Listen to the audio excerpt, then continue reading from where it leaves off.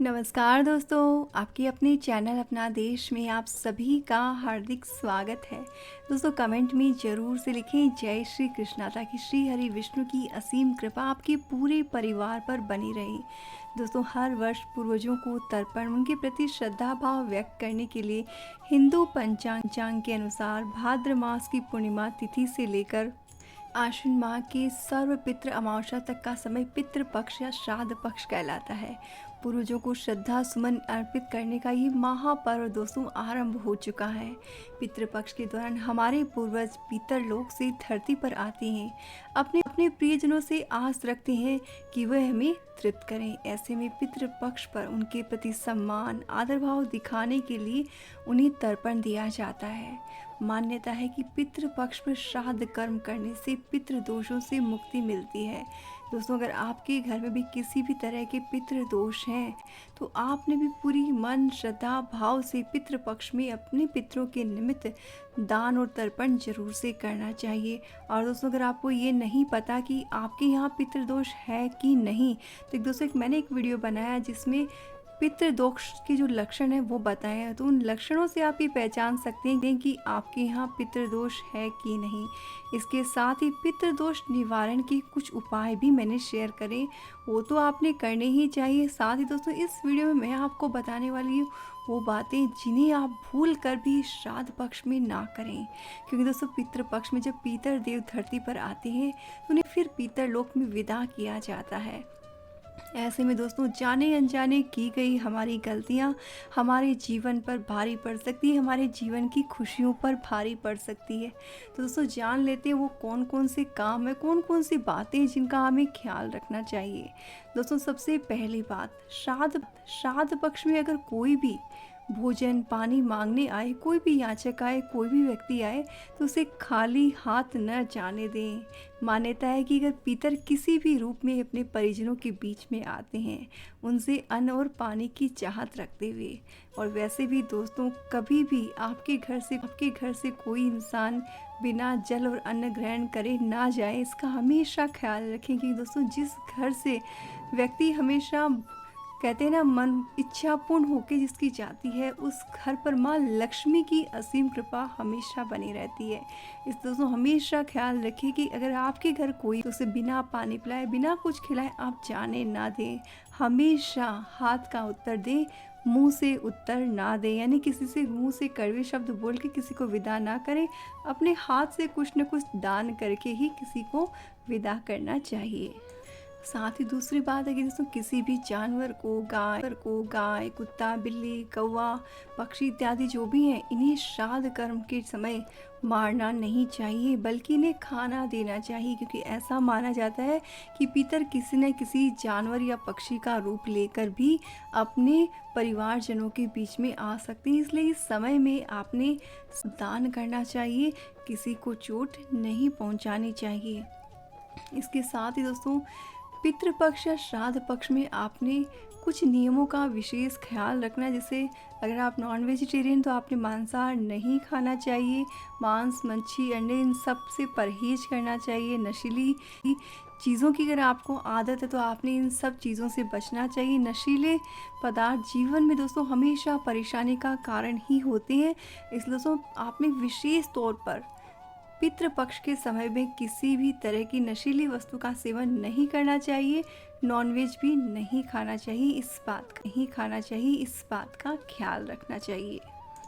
दोस्तों अगली बात ये कि परिवार में किसी भी तरह की कलह ना हो, इस बात का भी आपने ख्याल रखना चाहिए।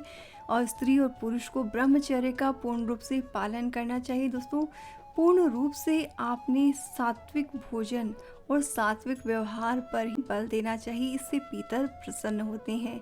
अगली बात ये कि नाखून बाल दाढ़ी मूंछ ये सब जो दोस्तों तब कटवाए जाते हैं जब शोक का अंत होता है। जब किसी के घर में मृत्यु हो जाती है तो 12वें दिन के बाद में नाखून बाल इत्यादि काटे जाते हैं शोक का अंत करने के लिए।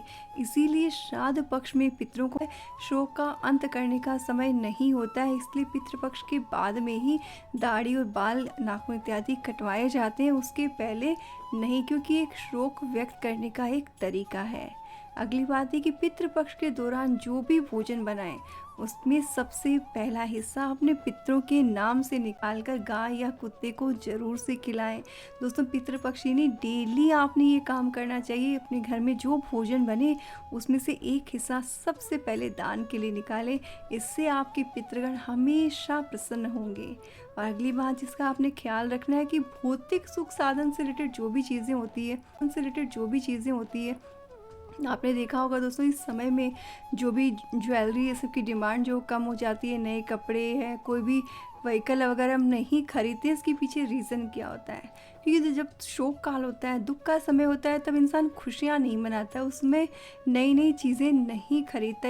इसके पीछे रीज़न है कि जब हम नई नई चीज़ें खरीद रहे हैं, अपने सुख के लिए नए नए साधन खरीद रहे हैं, इसका मतलब है कि हम बहुत ज़्यादा खुश हैं।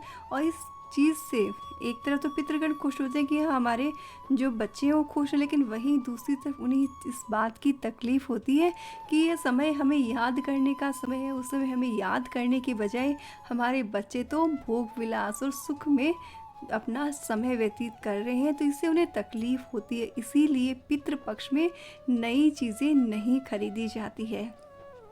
इसके अलावा दोस्तों पितृपक्ष के दौरान किसी भी स्थिति में झूठ नहीं बोलना चाहिए, कड़वे वचन नहीं जिससे किसी को तकलीफ हो, ऐसा कोई भी काम नहीं करना चाहिए। मनसा वाचा कर्मणा से आपने सभी की भलाई के लिए सोचना है, किसी को भी तकलीफ नहीं पहुंचानी है। इसके अलावा पितृपक्ष के दौरान इस बात का ख्याल रखें कि आपके घर में कहीं पे भी अंधेरा नहीं रहे। दोस्तों होता है क्या, नॉर्मली रूम में आके बैठे हो तो बाकी घर में अंधेरा कर दिया कि लाइट की क्या ज़रूरत है, अब छोटी लाइट जला दी, 0 पावर का ही बल्ब जला दीजिए, लेकिन हल्की रोशनी रखिए। बिल्कुल से अंधकार करना जो है वो अच्छा नहीं माना जाता, इस बात का आपने ख्याल रखना है।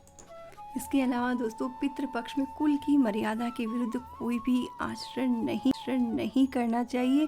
और सबसे ज़रूरी बात दोस्तों जो हमें हर दिन करनी है, पूरे के पूरे 16 दिनों में ये काम करना है, वो काम क्या है दोस्तों? अपने पितरों के निमित्त तर्पण का कार्य डेली करें। जी हाँ दोस्तों, जिस दिन पुण्यतिथि हो, जो श्राद्ध का दिन रहता है, उस दिन तो आप ब्राह्मण भोज कराते, दान इत्यादि करते, लेकिन बाकी दिनों में भी पूर्णिमा से लेकर अमावस्या के दिन के समय तक डेली आप काले तिल हाथ में लेकर थोड़े से, और उसके बाद में अपने पितरों के निमित्त जल से तर्पण जरूर से करें। इससे क्या होगा दोस्तों, अगर कोई तिथि हमसे मिस हो गई हो, जो हमें पता नहीं हो, तो भी हमारे को जल जो है पहुंच जाए।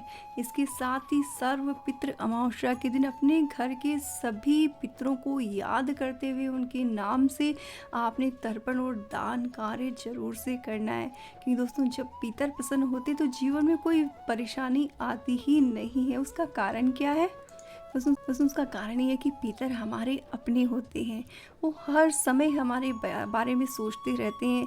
इसलिए जब हम उन्हें याद करते हैं, उनके प्रति अपनी श्रद्धा भाव प्रकट करते हैं, तो वो आशीर्वाद देते हैं, जिससे हमारे जीवन में खुशियाँ आती हैं। इसलिए दोस्तों अपने पितरों को याद करते रहिए, उनके नाम से आप दान पुण्य करते रहिए। हर अमावस्या के दिन आप तर्पण और दान कीजिए, साथ ही पितृपक्ष के 16 दिनों में दिल खोलकर दान कीजिए, तर्पण कीजिए।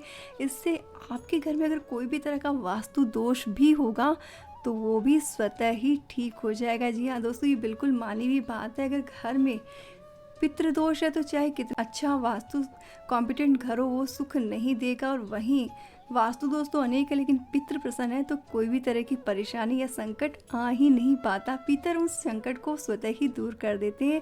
इस दोस्तों आप सभी के पितरों को कोटि कोटि प्रणाम। और दोस्तों अगर आपको इन्फॉर्मेशन अच्छी लगी तो शेयर जरूर से कीजिएगा। जय श्री